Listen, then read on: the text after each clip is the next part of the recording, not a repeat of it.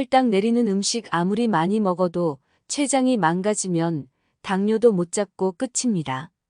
췌장은 이상 증상이 하나라도 발견되면 때는 이미 늦습니다. 췌장하면 췌장암만 떠올리고 재수 없으면 걸린다고 어쩔 수 없다고 생각합니다. 췌장암이 아니더라도 췌장 기능이 약해지거나 췌장에 염증이 생기면 당뇨가 생기게 됩니다.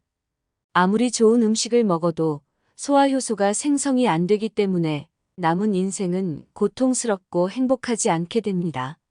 건강은 건강할 때 지켜야 한다는 말 많이 들어보셨죠? 이 말은 동서고금에서 인정하는 진리입니다. 현재 췌장이 이상하다는 증상이 없고 혈당이 정상이더라도 이런 음식으로 미리미리 건강을 챙기셔야 합니다.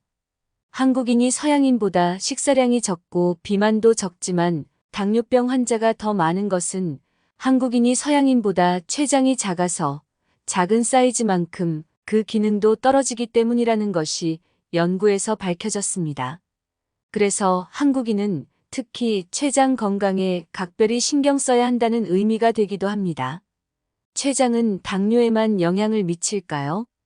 췌장은 지방을 분해하는 리파제, 단백질을 분해하는 프로테아제, 탄수화물을 분해하는 아밀라아제 등 음식을 분해하는 효소를 방출하는데요. 우리 인체에서 제일 많이 필요한 영양소라서 대량 영양소라고 불리는 탄수화물, 지방, 단백질을 췌장이 제 기능을 못하면 소화를 못 시켜 인체로 흡수가 안 됩니다. 췌장은 또 고혈당 수치를 낮추는 인슐린, 저혈당 수치를 조절하는 혈당 조절 호르몬을 방출합니다.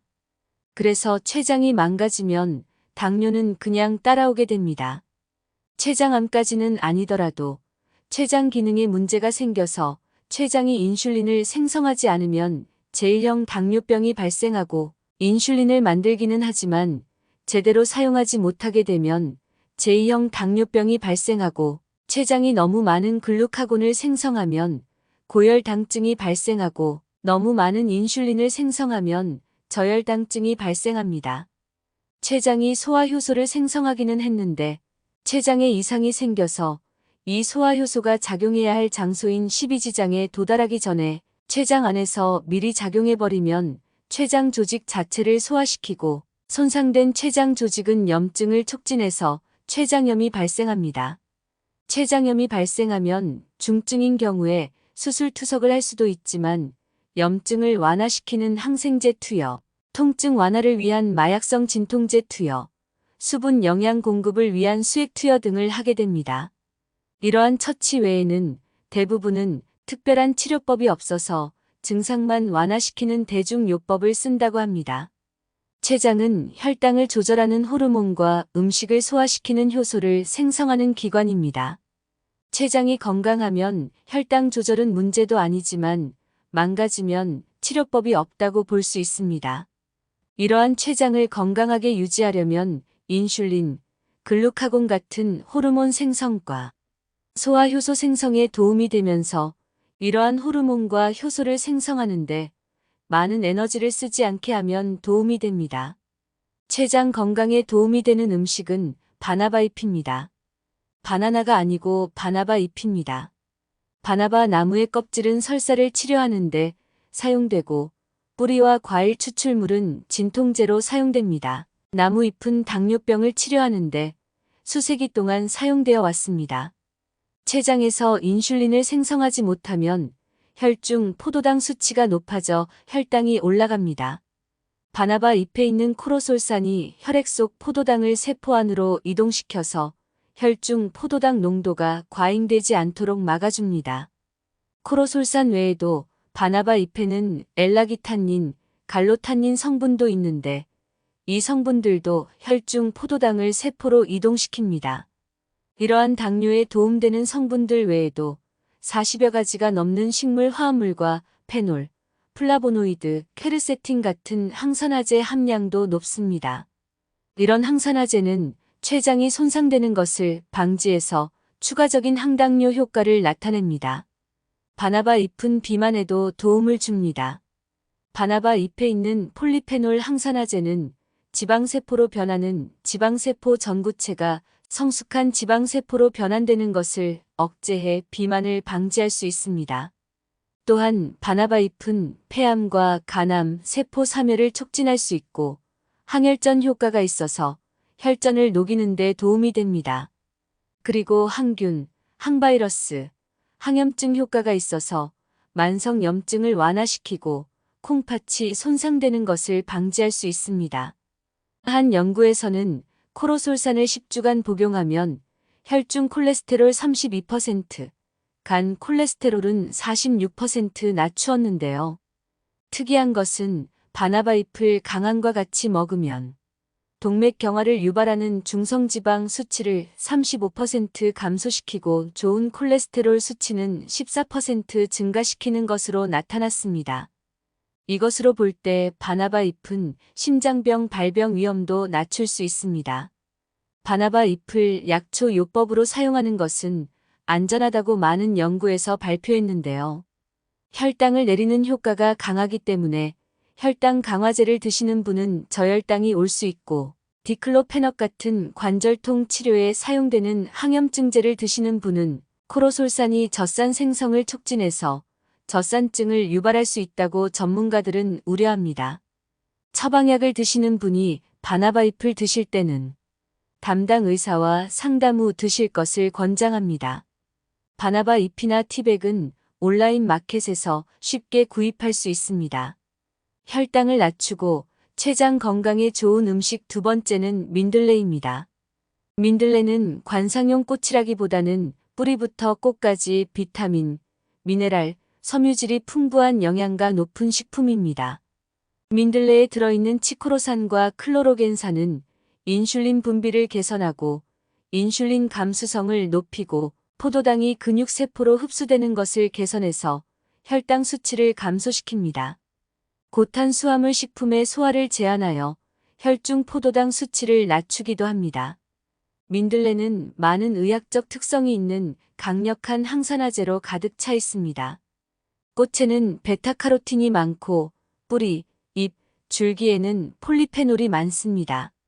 이러한 항산화제들은 세포 손상과 산화, 스트레스로부터 췌장을 비롯 인체 기관을 보호하고 만성 질환을 예방할 수 있습니다. 염증을 퇴치해서 만성 염증을 포함 염증성 질환을 감소시키는데 도움이 되고 콜레스테롤과 중성지방 수치를 낮추고 혈압을 낮추어 심장 질환을 예방할 수 있습니다. 간에 저장된 과도한 지방을 줄여서 간 손상과 간 질병을 예방할 수 있습니다.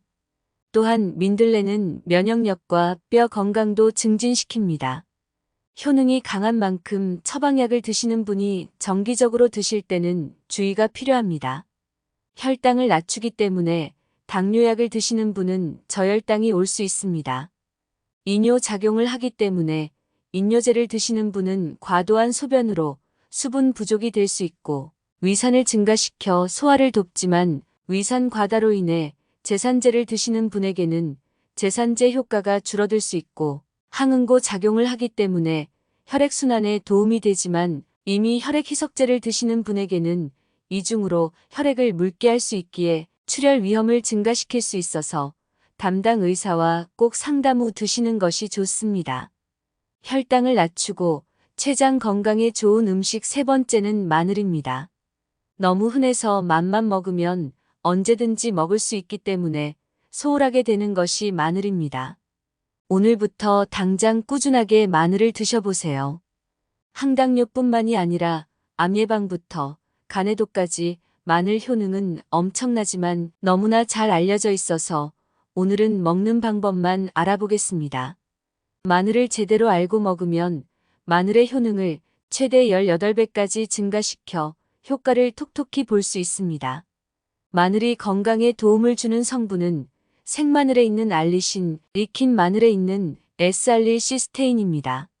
마늘 한 개를 그냥 입에 넣고 씹어서 먹으면 알리신은 나오지 않습니다. 고깃집에서 나오는 마늘처럼 편으로 잘라서 바로 먹어도 알리신을 많이 섭취할 수 없습니다. 자르지 않은 마늘을 냄새를 맡아보거나 혀로 맛을 보아도 아무 냄새, 아무 맛이 안 나는 이유가 바로 알리신 성분이 없기 때문입니다. 알리 씨는 마늘이 상처가 났을 때 자신을 보호하기 위해 내보내는 마늘 보호 성분인데요. 그래서 마늘을 편으로 자르거나 다졌을 때 손이 맵고 먹으면 혀가 아린 것입니다.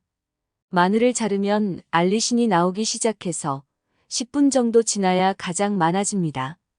그래서 생마늘을 먹을 때는 자른 다음 알리신이 생성될 수 있도록 10분 후에 드시는 것이 가장 효과가 높습니다. 그런데 이 알리신은 휘발성이라서 생성된 후에는 쉽게 날아가 버리고 열에 약해서 끓이거나 볶으면 거의 사라집니다. 그래서 10분 후에 바로 먹어야 하는데 위장관이 약하고 위산 과다, 위산 역류가 있으신 분은 생마늘을 먹으면 속쓰림이 즉각적으로 발생합니다. 이런 분은 익혀서 드시면 되는데요.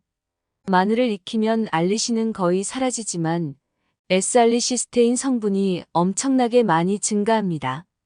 국립농업과학원의 연구에 따르면 생마늘에는 시스테인이 2.77mg 있지만 마늘을 물에 넣고 30분 끓이면 4.92mg으로 증가하는데요. 60분까지 끓이면 9.16mg으로 생마늘보다 거의 4배 가까이 많고 압력솥에 쪘을 때는 50.24mg으로 생마늘의 18배로 증가합니다. 마늘을 드실 때 소화관이 튼튼하신 분은 마늘을 자른 후 10분 후에 드시고 소화관이 약하신 분은 압력솥에 쪄서 드시면 마늘 효과를 18배 증폭시킬 수 있습니다. 마늘을 하루에 2~3개씩 꾸준하게 드시면 효과를 보실 수 있는데요.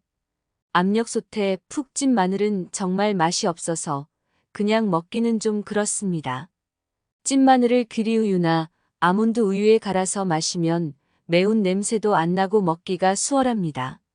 2~3개 먹기 위해서 압력솥에 매일 찐다는 것은 여간 귀찮은 일이 아닙니다.